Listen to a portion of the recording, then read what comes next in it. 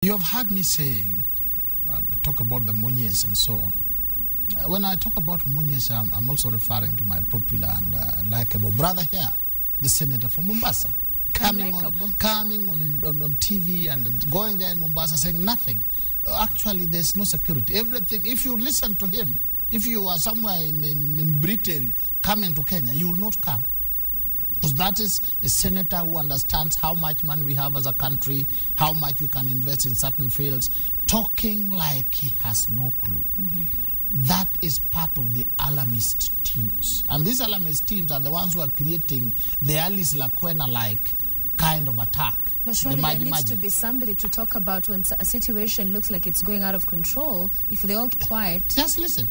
I'm not saying they keep quiet. I'm saying when they talk as if everything has gone, because some young people, some 15, 20 or so followers of Alice Lakwena, you know Alice Lakwena? In Uganda, he cheated some young men like during the Maji rebellion, that if we pour water on you, you will. That kind of talk, that kind of cheating is given credence when you see your own leader that you believe in also telling you everything is so loose. Okay. There has been challenges, but the challenges are not that deep. If you look at challenges in other countries, then you appreciate that we have our difficulties, but because of minimal resources, okay, and the leaders themselves should come in together and say, this is our country, we have to resolve it. All right.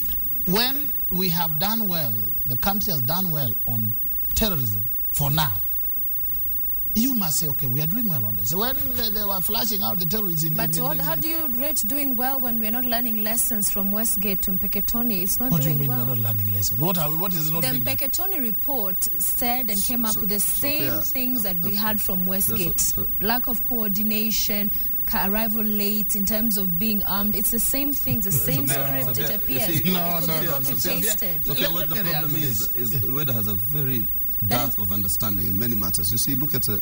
We know what people have been conversing here. He totally understands it very differently. As I say once in this very program, why there are students who get A's and why there are students who get C's. My teacher told me he teaches the same class.